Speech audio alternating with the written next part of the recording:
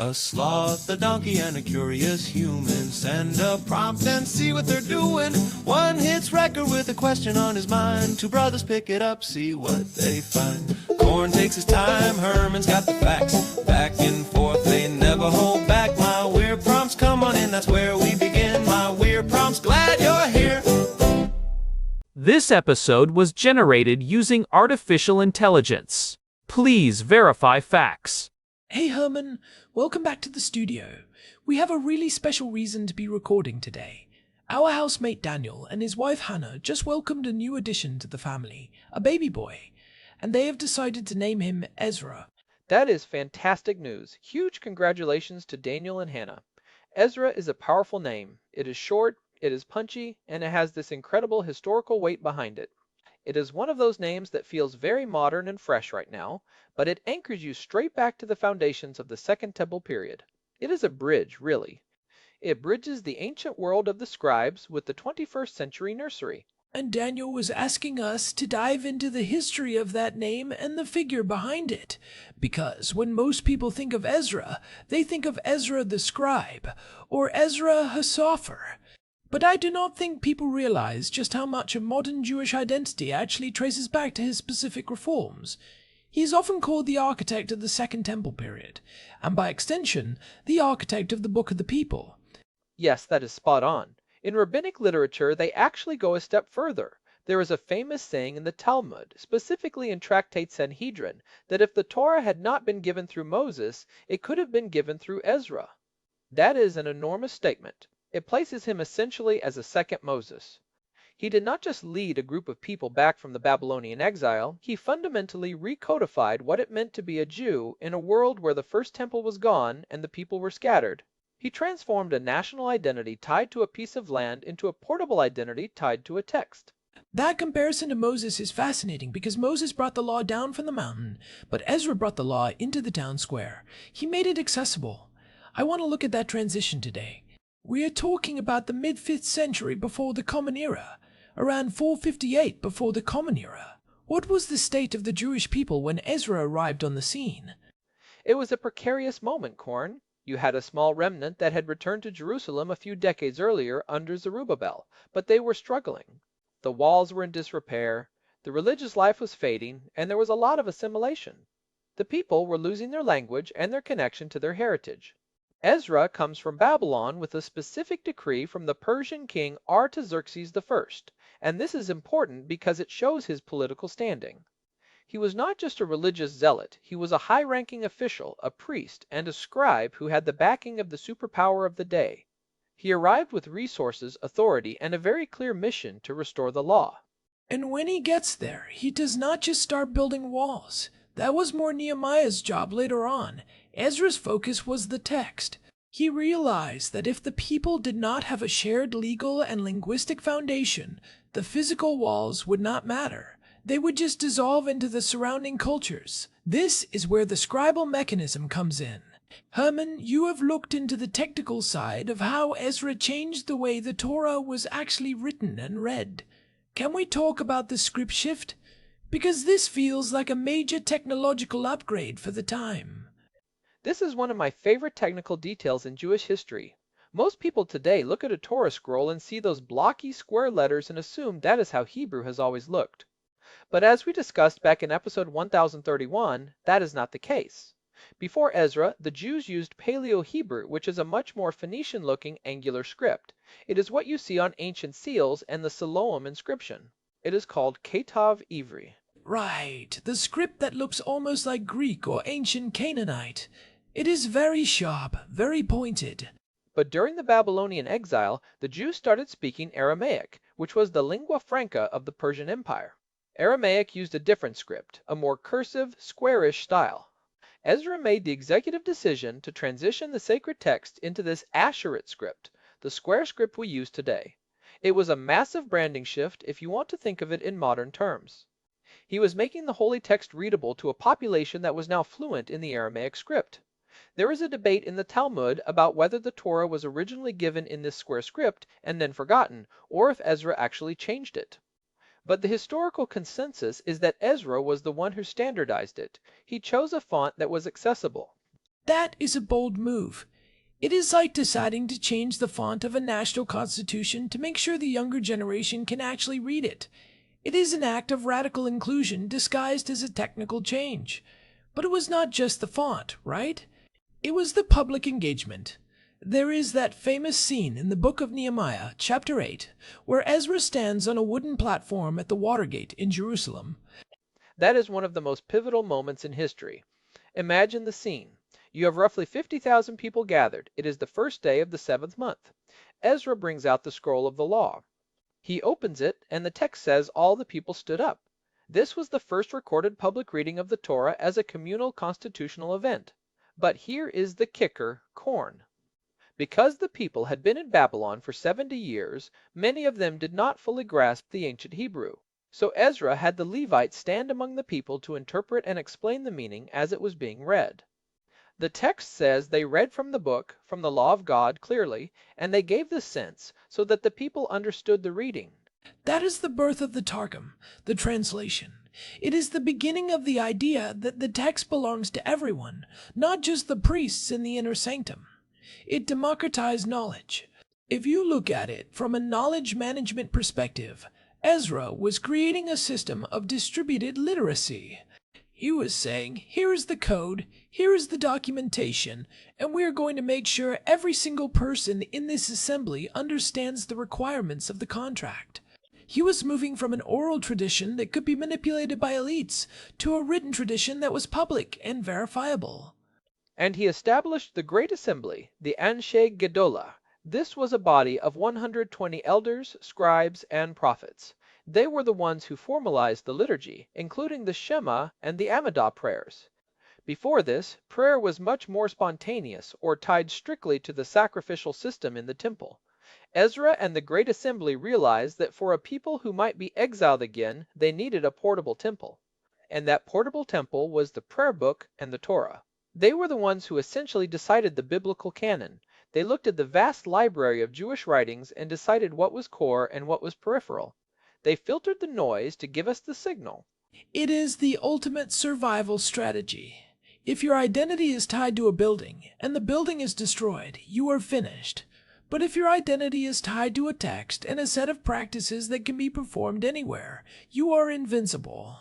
I think about this in terms of modern data redundancy. Ezra was essentially creating multiple backups of the Jewish soul across the entire population. He was moving the operating system from a single server in the temple to a distributed network of minds.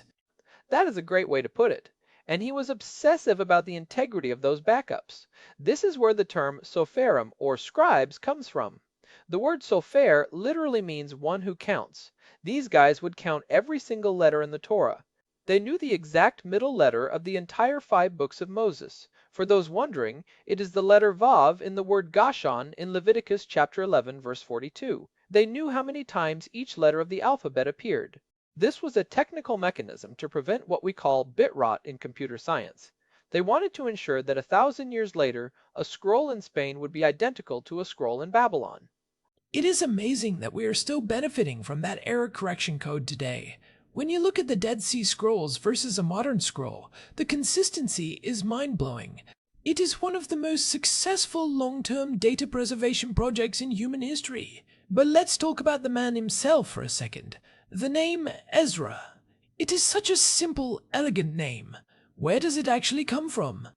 The etymology is beautiful. It comes from the Hebrew root ayin zayin resh, which means to help or to aid. In its biblical context, Ezra is actually a shortened version of the name Azrayahu, which means God has helped or the Lord is my help. You see this root all over the Bible. In the book of Genesis, when God creates a partner for Adam, the term used is Ezer Kenegdo, a helper fit for him. So it is not just help in the sense of doing someone a favor. It is help in the sense of essential support or a pillar. It is a foundational kind of help. It is a structural support. And for the people returning from exile, the name Ezra was a theological statement. It was a reminder that their return to the land was not just a political fluke of the Persian Empire, but a result of divine assistance. It is interesting, though, how the name transitioned from being a priestly, scholarly name to a much broader cultural marker. It has this archetype of the person who brings order to chaos. Well, it has a very specific sound. It is one of the few biblical names that feels completely at home in the 21st century while still sounding ancient. It has that Z sound in the middle which gives it a bit of energy. It is popular in the Jewish world, obviously, but it has crossed over into the mainstream in a big way. I was looking at some of the famous Ezras in history, and it is a fascinating list. You have people who really embody that scribal literary tradition. You are probably thinking of Ezra Jack Keats. Yes, he is a perfect example. He was a pioneer in children's literature. He wrote The Snowy Day, which was the first full-color picture book to feature an African-American protagonist. His birth name was actually Jacob Ezra Keats. He was the son of Jewish immigrants in Brooklyn. He took the name Ezra and used it as his professional identity. In a way, he was a scribe for a new generation, using simple language and beautiful imagery to codify a new kind of American experience. He was making the world readable to children, much like the original Ezra made the law readable to the masses. It is fitting because the original Ezra was also a bridge builder between cultures. He was a product of the Babylonian exile, but a leader of the Judean restoration. And then you have someone like Ezra Pound. Now, he was not Jewish, and he is a very controversial figure because of his politics and his anti-Semitism, but if you look at his role in literature, he was the quintessential scribe of the modernist movement. He was the one editing TSS. Eliot, pushing for a new linguistic clarity. His slogan was, "Make it new." There is something about the name Ezra that seems to attract these figures who want to reorder and recodify language. They are looking for the underlying grammar of reality. It is that archetype of the person who brings order to chaos. The original Ezra arrives in a Jerusalem that is spiritually and physically chaotic, and he uses the law to create a structure. The literary Ezras do the same with language. They are trying to find the core signal in the noise. And we should mention some of the other Jewish Ezras who have left a mark. In more recent times, you have Ezra Klein, who has become one of the most influential voices in American journalism. Regardless of your politics, you have to admit he has that scribal quality. He is all about the deep dive, the policy details, the structural analysis of how things work. He is trying to explain the law of the land, in a sense, to the public. He is doing exactly what the Levites did at the Watergate. He is taking complex systems and making them understandable for the masses. It is the same mechanism. I also think about Ezra Vogel, the great Harvard scholar. He was a giant in the field of East Asian studies. He basically wrote the book on how Japan and China developed their modern systems. Again, he was a scribe of history, translating a foreign culture for a Western audience. He was providing the interpretation, the Mephresh, for a world that did not understand the text of the East. It is a legacy of intellectual rigor. But I want to go back to the religious significance for a moment. Ezra the Scribe did something that was very controversial at the time. He enforced a very strict separation between the returning Jews and the local populations. He was very concerned about intermarriage. From a modern liberal perspective, that can sound harsh. But if you look at it through the lens of cultural survival, Ezra realized that the Jewish people were a tiny minority in a massive empire. If they did not have clear boundaries, they would simply vanish. He was creating a brand identity that could withstand the pressure of a globalized world. It is the paradox of preservation. To keep something alive, you sometimes have to be exclusive. You have to say, this is who we are, and this is who we are not. That is a very conservative instinct, in the truest sense of the word.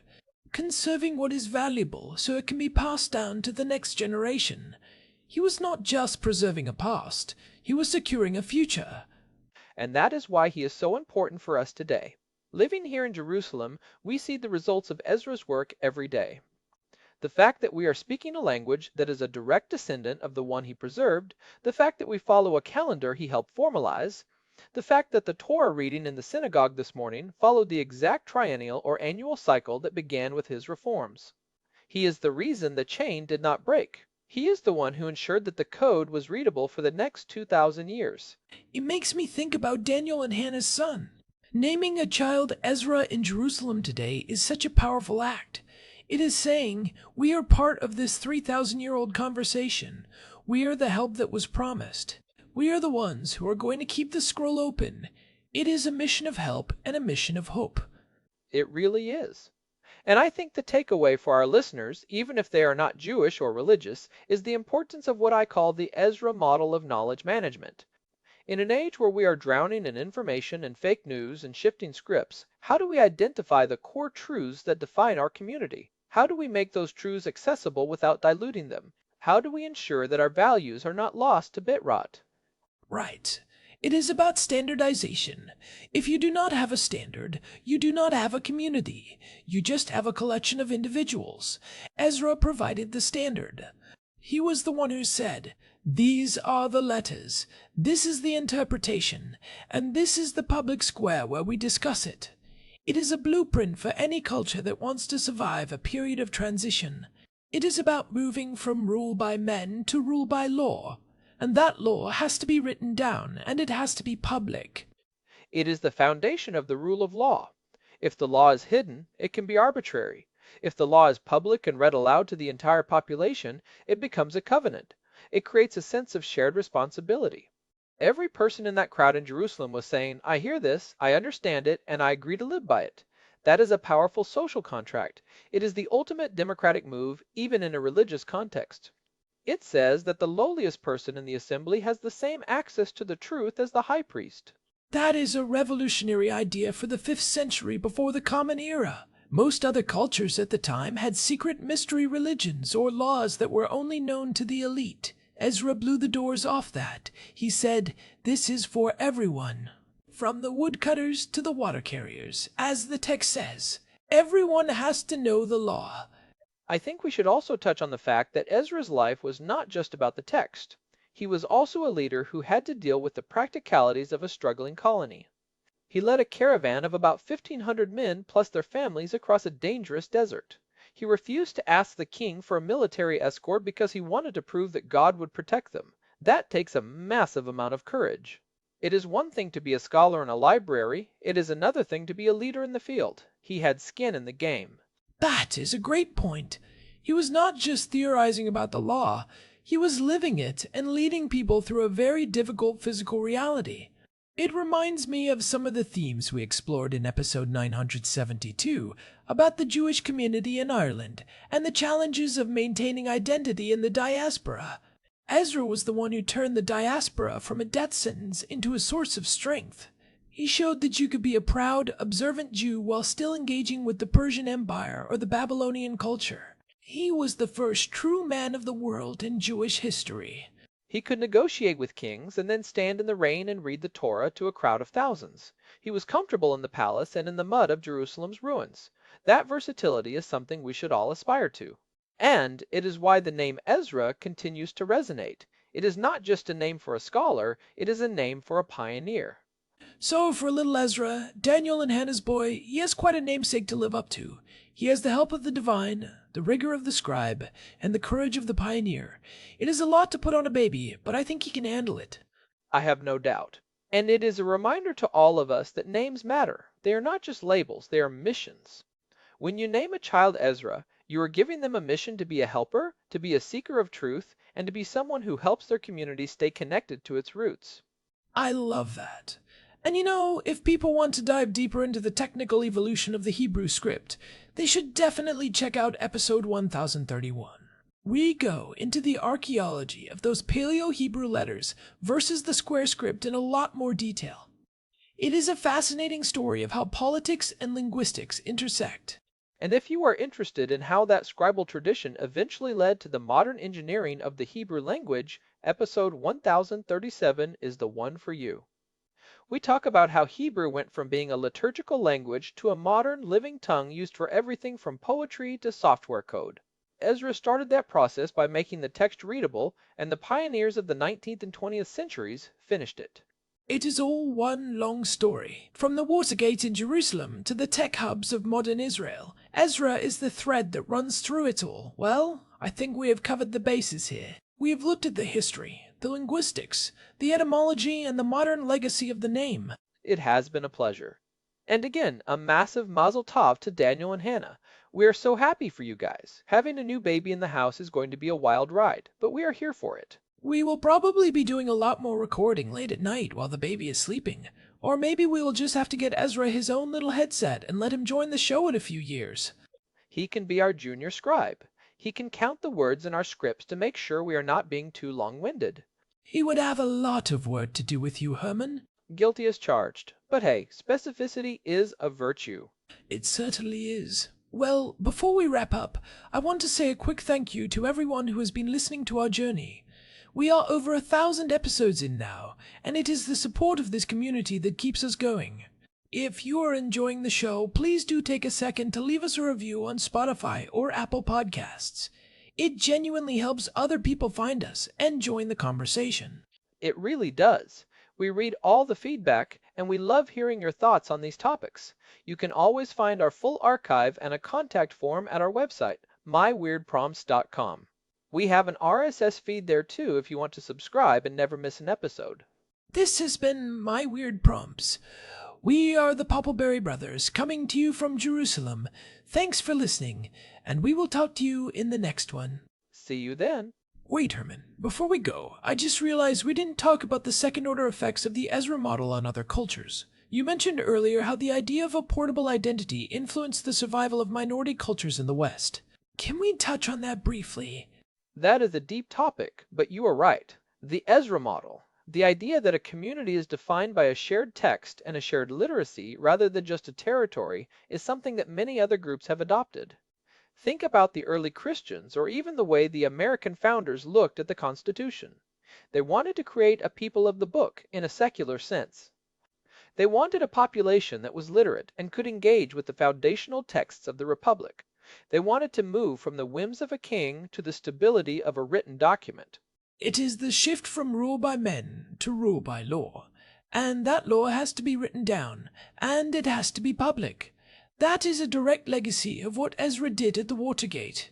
He was moving the source of authority from the whims of a leader to a stable, written document that everyone could see and interpret. It is the foundation of transparency. And it is why the name Ezra is so fitting for a child born into a world that is increasingly complex and often opaque. It is a name that stands for clarity, for help, and for the preservation of what is true. I think that is a great place to leave it. The legacy of Ezra is the legacy of transparency, literacy, and community. It is a mission of help and a mission of hope. Beautifully said. All right. Now we are actually wrapping up. Thanks again for joining us on My Weird Prompts. We will see you next time. Take care, everyone, and welcome to the world, Ezra. One more thing, Herman. I was thinking about the name Ezra and its role in modern Israel. There is a whole youth movement called Ezra, right? Yes, the Ezra Youth Movement. It was founded in Germany in the early 20th century and then moved to Israel. It is a religious Zionist movement that focuses on exactly what we have been talking about, building a life that combines Torah with physical labor and building the land. They are very active here. You see them with their blue shirts and their backpacks all over the country. It shows that the name still carries that active, pioneering spirit. It is not just a name for a scholar in a dusty room, it is a name for someone who is out there doing the work. It is the synthesis of the spiritual and the practical. Ezra the Scribe was the ultimate synthesizer. He took the ancient traditions and made them work in a new, challenging environment.